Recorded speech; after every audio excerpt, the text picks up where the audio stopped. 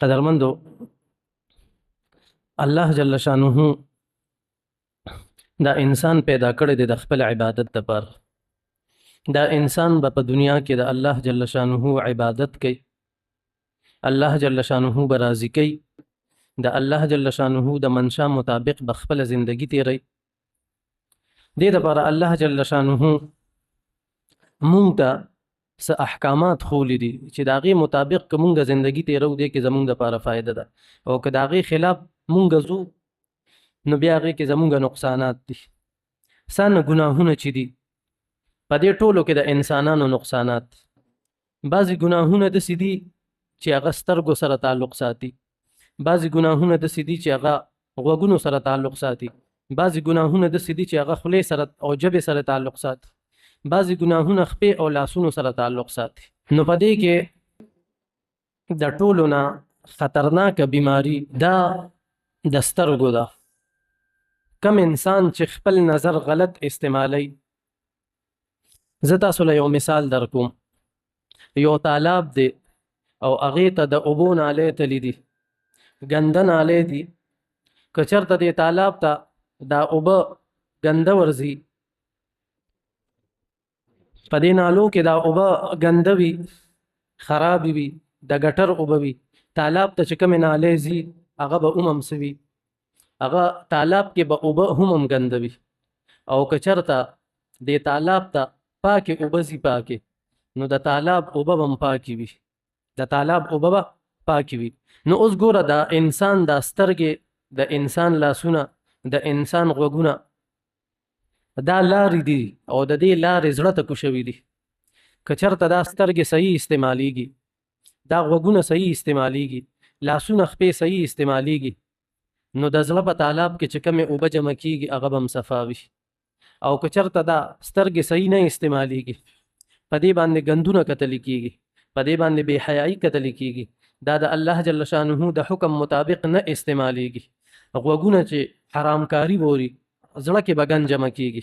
کله چې په زړه کې ګند جمع شي نو بیا انسان له د الله جل شانه عبادت خوند نه ورکوي، هغه له بیا ذکر خوند نه ورکوي، هغه له بیا تلاوت خوند نه ورکوي. او چې کله دا زړه صفا وي صفا، نو د هر څه ټیک وي. ګوره دا زړه نه دی، زړه دا د الله کور دی. الله جل شانه له خو مکان او زمان نشته، د دې نه پاک دی.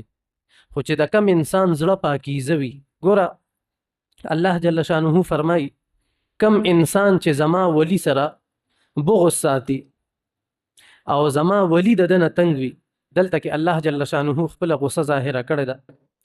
وی زما هغه سره اعلان جنگ دی. کم خلک چې بزرګانو له تکلیف ورکوي، علماو ته تکلیف ورکوي، یا کم د الله جل شانه ولیان دي هغې ته تکلیف ورکوي، الله جل شانه وی دی سره زما اعلان جنگ دی، سخت پې خفه کېږي. بیا دې نه بعد الله جل شانه فرمایي چې بنده کله ما ته رانږدې کېږي نو وی دې په فرایضو باندې ما ته رانږدې کېږي. چې کله دې فرض مونځ کوي په فرایضو باندې، چې زه انسان ته سانه نږدې کېږم، دا نه په یو شي باندې زه انسان ته نه ور نږدې کېږم.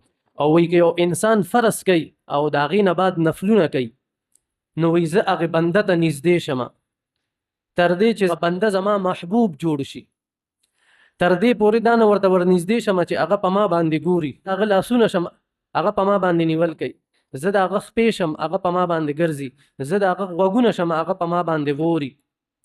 اوس د دې څه مطلب شي چې الله جل شانه وایي چې زه د هغه سترګې شم؟ مطلب د دې خبرې دا دی چې وایي د ده دا سترګې بیا د الله جل شانه د حکم مطابق کتل کوي. الله جل شانه چې کم شینو باندې خوشحالېږي چې ته د قرآن تلاوت کې قرآن پاک ته ګورې یا نور په نیک کارونو کې د خپل نظر استعمالي، الله جل شانه په دې باندې خوشحالېږي. او الله وایي چې زه د انسان غوږونه شمه. د دې مطلب دا دی چې دا انسان په غوږونو باندې کمې خبرې ووري، نو دا په د الله جل شانه د حکم مطابق ووري. په دې غوږونو باندې غیبت نه ووري، په دې غوږونو باندې ګانې بجانې او میوزیک نه ووري، په دې غوږونو باندې هغه حدیث ووري، په هغې باندې دې قال الله قال الرسول ووري، په دې غوږونو باندې بیا دې د قرآن پاک تلاوت ووري. او الله جل شانه وایي زه د ده لاسونه شمه، په دې لاسونو باندې بیا دې رشوت نه اخلي، دا لاسونه بیا د ګناه اړخ ته نه ځي. نو الله جل شانه وایي زه دته دا نه محبوب شم او دې ما ته دا نه محبوب شي چې دې ما نه څه غواړي زه ورله هغه ورکوم. او وایي چې د کم شي نه پناه غواړي الله وایي زه ورله د هغې نه پناه م ورکوم.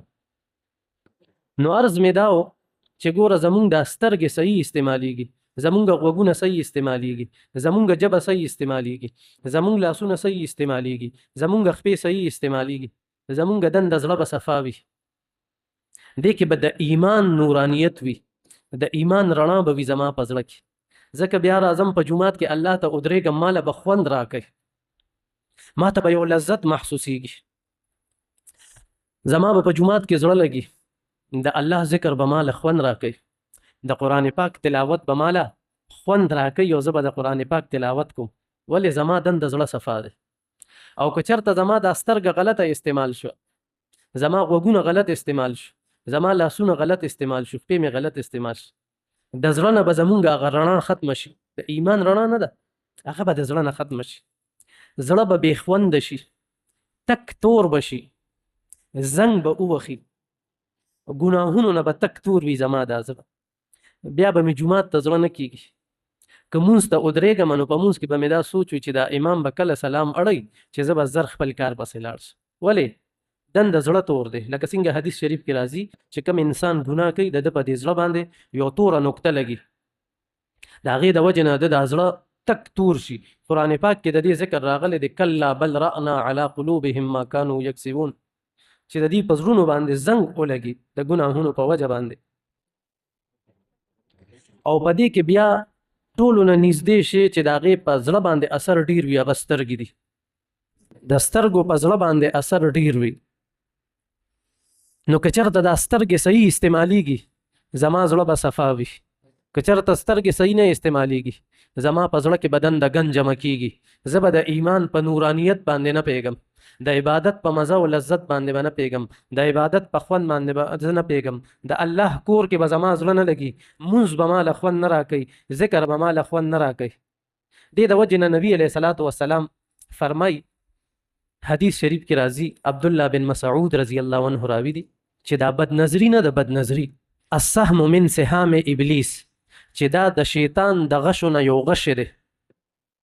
بل روایت کې دا راځي چې د شیطان زهریله غش دی، انتهایی خطرناک دی. کله چې انسان نه بدنظري وشي ذهن یې پټوسټیټ والی په زړه کې سی وشي، کله چې ته مونځ ته ودرېږې هغه تصویر به تا ته رامخې ته کېږي. دې آیات کې هم دا راغلي دي، د قرآن پاک آیات دی، ان السمع والبصر والفؤاد كل اولئک کان عنه مسؤولا، چې غوږونه، سترګې او زړه، بعضې مفسرین فرمایي چې قیامت پر ورځ به د دې نه تپوس کوي الله، سترګو نه به تپوس کوي چې تا پې د ګناه شي نه لیدلي وو، بدنظري دې پې کړې وه، پردی زنانه دې پې کتلې وې، په موبایل کې د بربنډې ښځې پکې کتلې وې، بدنظري دې پکې کړې وه، د دې نه به تپوس کېږي، غوږونو نه به تپوس کېږي، د زړه نه به تپوس کېږي. په دې آیات کې پیل آیات کل ان السمع، د غوږونو نه به تپوس کېږي. ګوره پیله غوږ ته خبره راځي، که د یو زنانه اواز انسان ووري، که د شا نه ووري دی به شا سایډ ته ګوري، سترګې پیله غوږ ته اواز راشي بیا ورپسې دې سترګې اړوي، که مخې نه راشي نو مخې نه، که سایډ نه راشي نو سایډ نه، که بره نه راشي نو بره دی ګوري. پیله غوږ پکې استعمال شي، بیا پکې سترګې استعمال شي، بیا پکې زړه استعمال شي، زړه او ذهن پکې بیا استعمالیږي، په هغې ګناه باندې سوچونه کوي او دغه انسان د ګمراهۍ اړخ ته ځي. دې د وجې نه قرآن پاک کې حکم دی قل للمؤمنین یغضوا من ابصارهم، چې ای پیغمبره مؤمنانو سړو ته حکم وکړه چې دوی خپل سترګې ښکته ساتي، د نظر حفاظت به کوي، د ستا د ځوانۍ حفاظت به کېږي. تاسو ته یو بله خبره کوم، تاسو ته پته شته کم انسان چې د نظر حفاظت کوي او د سترګو صحیح استعمال کوي، د ده په زړه کې به د ایمان مټاس محسوسیږي، ده ته به د ایمان حلاوت محسوسیږي، د ده به مونځ ته زړه لګي، جومات سره به زړه لګي، د الله ذکر به دله خوند ورکوي، د قرآن پاک تلاوت به دله خوند ورکوي، چې کم کس د نظر حفاظت کوي. او چې نه کم انسان د نظر حفاظت نه کوي، په دې باندې ګندونه ګوري، نو دغه انسان ته بیا د ایمان حلاوت نه نصیب کیږي. دغه شانتې ښځو ته عموم حکم دی قل للمؤمنات یغضضن، په قرآن پاک کې چې زنانو ته عموم دا حکم دی چې دوی به خپل نظرونه ښکته ساتي.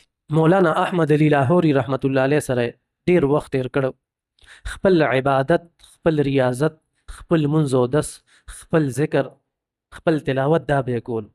یو پیره داغه نه بدنظري وشوه، بدنظري قصدن تنه بدنظري وشوه، د قرآن پاک حافظ و، قرآن پاک تنه هیر شو.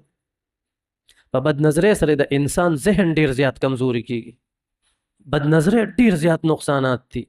دې سره د انسان زړه خراب وي، په زړه کې د ګناهونو خیالات، د ګناهونو وسوسې، دا د بدنظرۍ او د سترګو د وجې نه راځي. نبی علیه الصلاۃ والسلام دې ته ویلي دي، وایي دا سترګې هم زنا کوي، غوږونه هم زنا کوي. دا ولې؟ الله جل شانه چې د کم شي د کتلو نه منې کړی دي، په هغه ځای کې دا سترګې استعمالوي او د دې نتیجه هم زنا وي. ځکه د زنا دپاره اوله پوڼۍ دا بدنظري ده. ته بدنظري وکې، نظر غلط استعمال کې، د ستا په ذهن کې تصویر سې وشي، په زړه کې تصویر سې وشي. چې کله ته مونځ ته ودرېږې، شیطان درته هغه مخې مخې ته کوي، د ستا د مونځ نه خوند وځي. دې بدنظرۍ باندې تا ته څه نقصان در ورسېد. قطب الدین بختیار کاکی رحمت الله علیه چې کله وفات شو او د ده جنازه تیاره شو، دا یو ډیر لوی ولی الله، یو ډیر لوی بزرګ و. کله چې د ده جنازه تیاره شوه، جنازې له ډیر زیات خلک راغلي.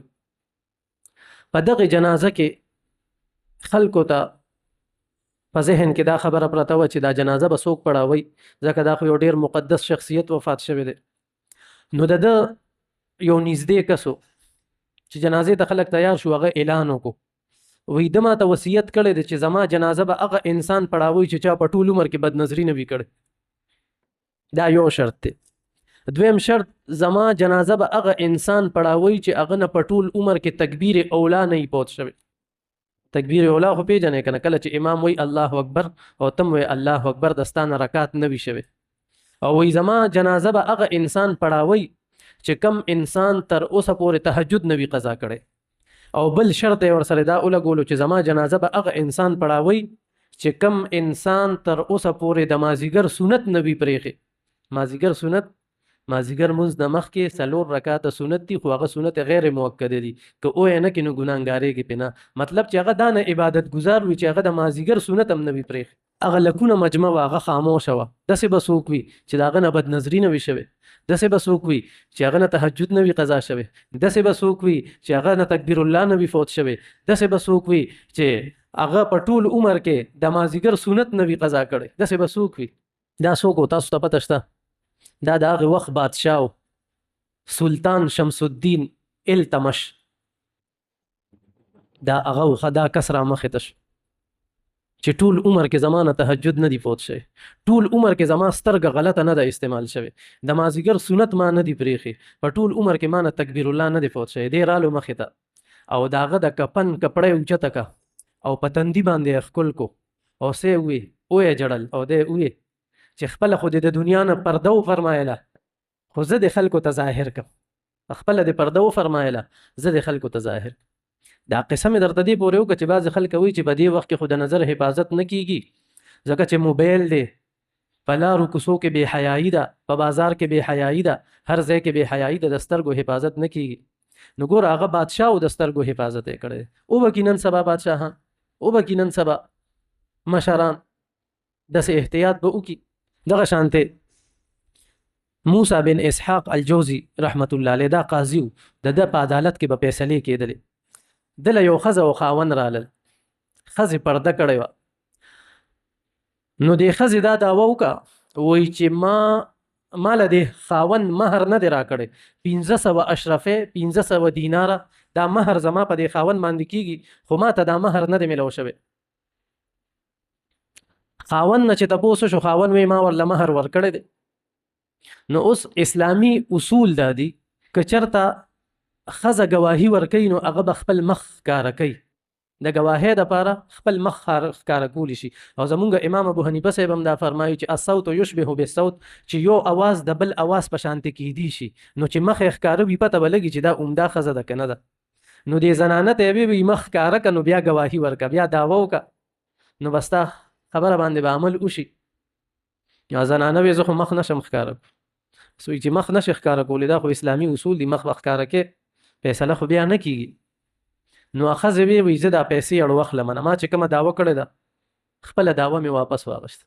خاوند ته خو یې پته وه چې دا پیسې خو ما نه دي ورکړې، خو هغه ته پته ولګېده چې زما دا زنانه دا نه حیاداره ده چې خپل حق مهر پرېږدي خو خپل مخ نه څرګندوي، پیسې پرېږدي خو خپله حیا نه ظاهروي، پیسې پرېږدي خو په حیا کې فرق نه راځي.